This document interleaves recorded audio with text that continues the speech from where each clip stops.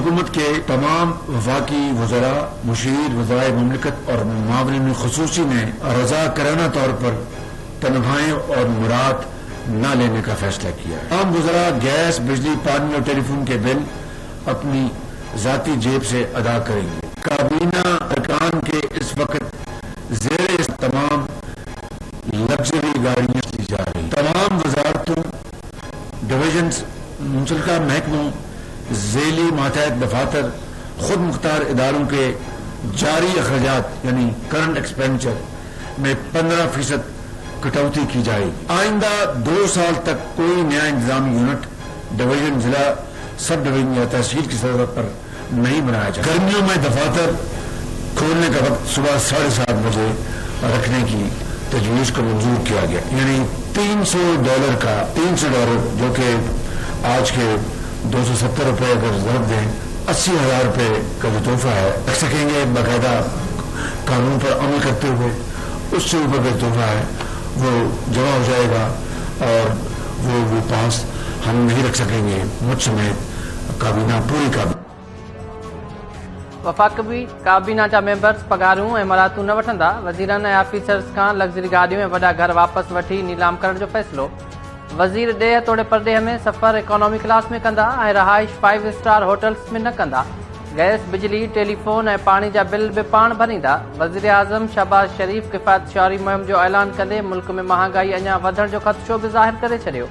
वज़ीर आज़म काबीना जी इजलास खां पोइ वज़ीरनि सां गॾु प्रेस कॉन्फ्रेंस कंदे चयो त मिनी बजट पेश करे सियासत दाव ते लॻाई पर मुल्क खे बचाए वरितो। IMF सां इन अंदरि मामला तइ थी वेंदा। सरकारी खे हिक खां वधीक प्लाट अलाट न थी ज़ीर या सरकारी ऑफिसर तोशाखाना 1000 रुपयनि ताईं जा तोहफ़ा रखी सघंदा। तोशाखाना जा तफ़सील बि आम कया वेंदा। बिजली लाइ सरकारी ऑफिसिस सुबुह जो 7:30 वॻे खुलंदियूं। जेके शादी हॉल ऐं शॉपिंग मॉल राति 8 वॻे बंदि न थींदा त उन्हनि जी बिजली काटी वेंदी। ईंदड़ 2 सालनि ताईं को बि इंतज़ामी यूनिट, डिवीज़न, ज़िलो या तालको न ठहंदो।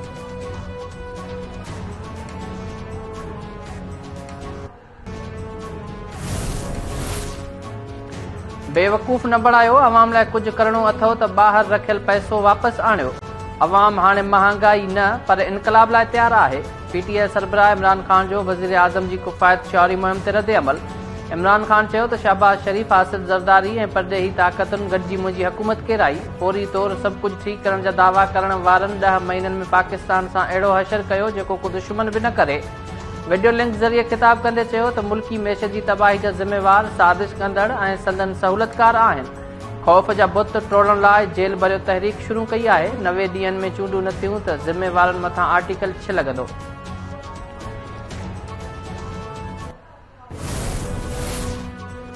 PTI जी लाहौर मां जेल भरियो तहरीक जी शुरूआत। शाह महमूद कुरैशी, असद उमर, आज़म सवाती, उमर सरफराज चीमा समेत केतिरनि ई अॻवाननि ऐं कारकुननि गिरफ़्तारी ॾेई छॾी। पुलिस कैदियुनि जी वैन में वेठल अॻवाननि खे पाण सां गॾु वठी वई। पुलिस मूजिबि पाणनि खे गिरफ़्तार नाहे कयो वियो। सभु मर्ज़ी सां कैदियुनि जी वैन में वेठा। हमाद अज़हर चयो त अॼु पहिरें ॾींहं ते 200 खां वधीक अॻवाननि ऐं कारकुननि गिरफ़्तारी ॾिनी। जेल भरियो तहरीक में मरहलेवार गिरफ़्तारियूं ॾियण जो सिलसिलो जारी रहंदो।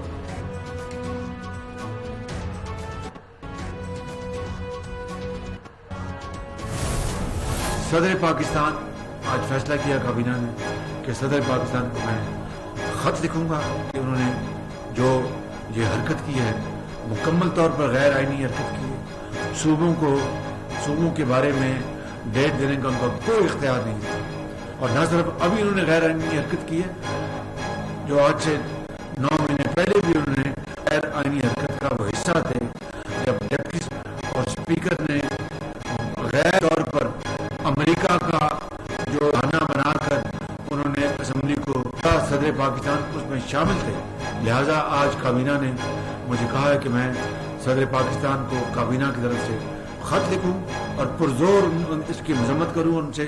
इसका मैं ये उनको कहूं। वफ़ाक़ी काबीना पंजाब ऐं KP में चूंडुनि जी तारीख़ ॾियण वारे सदर जे क़दम खे गैर आईनी ऐं गैर क़ानूनी करार ॾेई छॾियो। वज़ीर आज़म काबीना जी मुशावरत सां सदर खे मज़म्मती ख़त लिखण जो ऐलान कंदे चयो त सदर गैर आईनी हरकत कई आहे।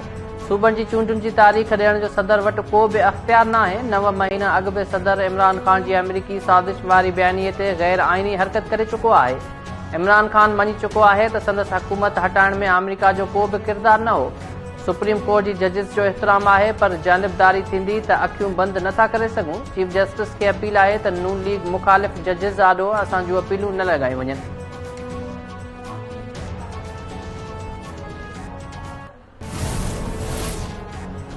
सदर खे सूबनि में चूंडुनि जी तारीख़ ॾियण जो को बि अख़्तियार न आहे। अटॉर्नी जनरल शहज़ाद अता इलाही इलेक्शन कमीशन खे पंहिंजी राय ॾेई छॾी। ज़रियनि जो चवणु आहे त इलेक्शन कमीशन जी तलब करण ते अटॉर्नी जनरल पहुची पंहिंजी आइनी ऐं कानूनी राय ॾिनी। अटॉर्नी जनरल जी राय ते इलेक्शन कमीशन पारां कुझु देर में अहम ऐलान कयो वेंदो। सदर आरिफ अलवी पंजाब ऐं ख़ैबर पख्तूनख्वा में 9 अप्रैल ते तारीख़ ॾिनी हुई।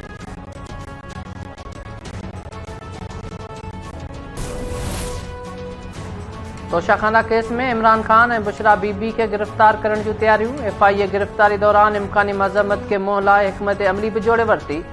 ज़रियनि जो चवणु आहे त इस्लामाबाद ऐं लाहौर में छापनि लाइ टीमूं जोड़ियूं पयूं वञनि। टीम में औरत अहलकारनि जी मदद बि वरिती वेंदी। FIA इमरान खान ऐं बुशरा बीबी जी लाहौर में मौजूदगी बाबति ॼाण हासिल करे वरिती आहे। गिरफ़्तारी बाद ॿिन्ही ज़ाल मुड़ुस खे रावलपिंडी मुंतक़िल करण जो इम्कान।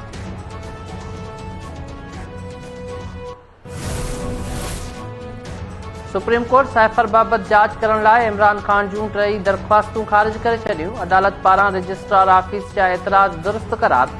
जस्टिस काज़ी फाइज़ ईसा रिमार्क्स ॾींदे चयो त ॿुधल ॻाल्हियुनि ते जांच जो हुकुम कीअं ॾेई सघिजे थो। इमरान पाण बि जांच कराए पए सघियो। अदलिया हुकूमती मामलनि में कीअं मदाख़लत करे सघे थी। आउं हुकूमती मामलनि में मदाख़लत न कंदुसि। नई वरी हुकूमत खे अदालती मामलनि में मदाख़लत करण जी इजाज़त ॾिनी वेंदी।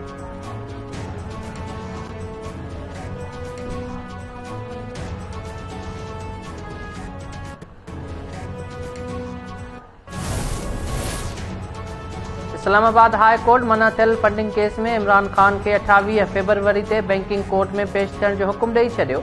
अदालत इमरान खान जी वीडियो लिंक ज़रिए बैंकिंग कोर्ट में पेश थियण वारी दरख़्वास्त रद्द करे छॾी। इमरान खान खे 28 फरवरी ते बैंकिंग कोर्ट में पेश थियण जो हुकुम।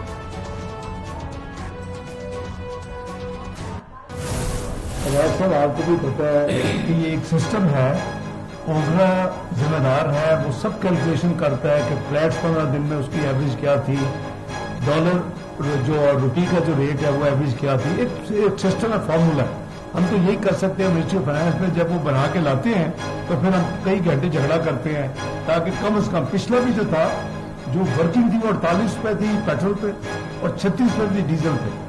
हमें 3 घंटे लगे, अब बस एक पैसे का हिसाब किया और जाके ये 22 रुपए और 18 रुपए हुआ। तो हम पूरी जिम्मेदारी जो है अपनी उसको निभाएंगे और अल्लाह करे कि अच्छी खबर हो। मेरे पास कोई तफसील नहीं है, यकीन। 28 फरवरी खां पेट्रोलियम शयुनि जे अघनि में ॿीहर वाध थींदी। नाणे वारो वफ़ाक़ी वज़ीर इसहाक़ डार वाज़िह जवाब न ॾेई सघियो। वज़ीर आज़म सां गॾु प्रेस कॉन्फ्रेंस दौरान इसहाक़ डार चयो त गुज़िरियल भेरे ओगरा पेट्रोल 48 रुपया ऐं डीज़ल 36 रुपया फ़ी लीटर महांगो करण जी दरख़्वास्त कई हुई। 3 कलाक जहिड़े ऐं 1 रुपये जे हिसाब बाद पेट्रोल 22 रुपया ऐं डीज़ल 18 रुपया महांगो करण जी मंज़ूरी ॾिनी। ओगरा जी सिफ़ारिश ते अघनि जो मुक़ररु थींदो आहे। फ़िलहाल कुझु नथो ॿुधाए सघां।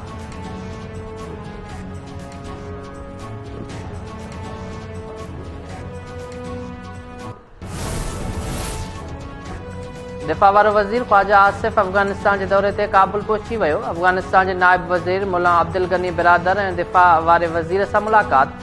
ॿितरफ़नि लाॻापन, तोरखम ऐं चमन बॉर्डर तां वापार खे हथी ॾियण ते ग़ौर। मुलाक़ात दौरान सरहद पार दहशतगर्द हमलनि ते बि ॻाल्हियूं कयूं वयूं।